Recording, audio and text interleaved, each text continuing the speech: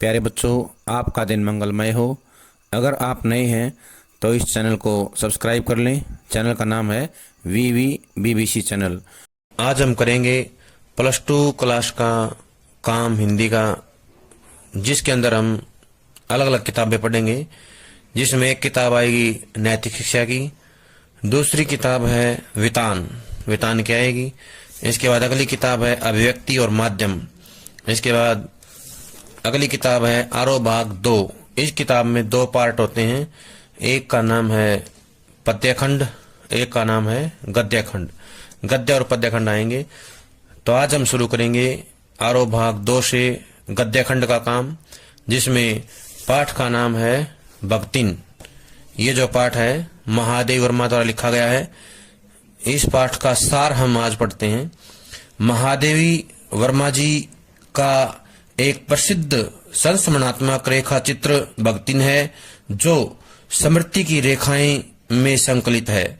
इसमें महादेवी जी ने अपनी सेविका भक्तिन के अतीत और वर्तमान का परिचय देते हुए उसके व्यक्तित्व का बहुत दिलचस्प खाका खींचा है। दिलचस्प का मतलब होता है रोमांचक, हृदय को छूने वाला। महादेवी के घर में काम शुरू करने से पहले उसने कैसे एक संघर्षशील होता है, लगातार मेहनत करने वाली, कठिन परिश्रम करने वाली, स्वाभिमानी यानी कि जो अपने सम्मान के लिए लड़ने वाली थी, ऐसी महिला थी। और कर्मठ जीवन जिया। कर्मठ होता है कठोर मेहनत करने वाली। उसने अपने जीवन में कठोर मेहनत की और अपने जीवन को अच्छे ढंग से सम्मान के साथ व्यतीत किया। कैसे पितृसत्तात्मक होता है, पिता की सत्ता, पुरुष प्रधान समाज में जो है उसने मान्यताओं और छलछदम धोखे से भरे हुए समाज में अपनी बेटियों के हक की लड़ाई लड़ी। यानी ये धोखे से भरे हुए समाज में उसने अपनी बेटियों के लिए और स्वयं के लिए जो है अधिकार प्राप्त करने की लड़ाई लड़ी। और उस लड़ाई में उसने अपनी जिंदगी में हार कर कैसे अपनी जिंदगी की राह को पूरी तरह से बदल लिया या बदलने का निर्णय किया, ये सारी कहानी हम इसमें पढ़ेंगे। इसका अत्यंत संवेदनशील चित्रण इस पाठ में किया गया है।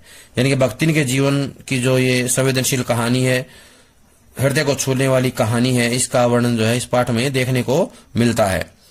इसके अतीत के साथ भक्तिन के जो जीवन का अतीत है या भक्तिन के जीवन के जो अलग अलग पड़ाव हैं, परिवर्तन आते हैं, तो उनके साथ भक्तिन महादेवी जी के जीवन में आकर छा जाने वाली एक ऐसी परिस्थिति के रूप में दिखलाई पड़ती है, जिसके कारण लेखिका के व्यक्तित्व के कई अंश होता है जिसको छुआ नहीं गया है, छुपे हुए।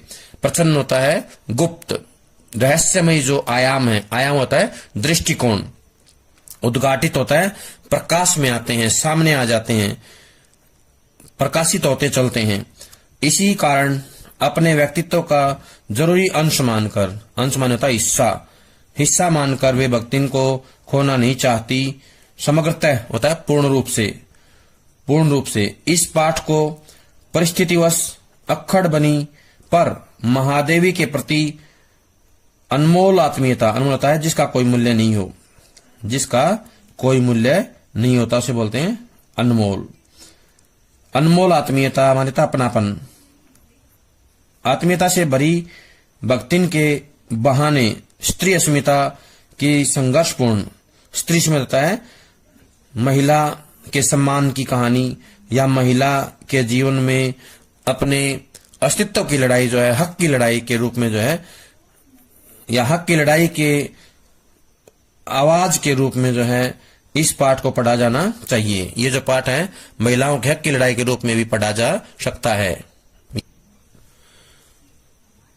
इस पाठ में भक्तिन के जीवन में 4 पड़ाव आते हैं, जिनको परिच्छेद के नाम से जाना जाता है। पहला परिच्छेद, दूसरा परिच्छेद, तीसरा परिच्छेद और चौथा परिच्छेद। तो इन 4 परिच्छेदों में हम भक्तिन के जीवन के अलग अलग बिंदुओं पे जो है नजर डालेंगे, जो हमें पढ़ने को मिलते हैं। पहला है भक्तिन का व्यक्तिगत परिचय, भक्तिन के गृहस्थ जीवन का आरंभ, भक्तिन के पति का देहांत, भक्तिन के जीवन के दुख का अंतिम पड़ाव, भक्तिन की नौकरी का श्री गणेश, विचित्र स्वभाव की नारी, स्वामिनी के प्रति पूर्ण निष्ठावान, भक्तिन की मालकिन के प्रति भक्ति भावना, छात्रावास की बालिकाओं की सेवा। ये जो अलग अलग बिंदु हैं, अलग अलग पड़ाव जो हैं, हम उसमें पढ़ेंगे। तो प्यारे बच्चों, ये था हमारा आरोह भाग 2 के पहले पाठ का सार और उसके साथ साथ मुख्य बिंदु, जिनके बारे हम मूल पाठ पढ़ेंगे तो वर्णन किया जाएगा। सभी जब तक मूल पाठ पढ़ाते हैं उससे पहले इनको पढ़ लें, याद कर लें। सभी का बहुत बहुत धन्यवाद।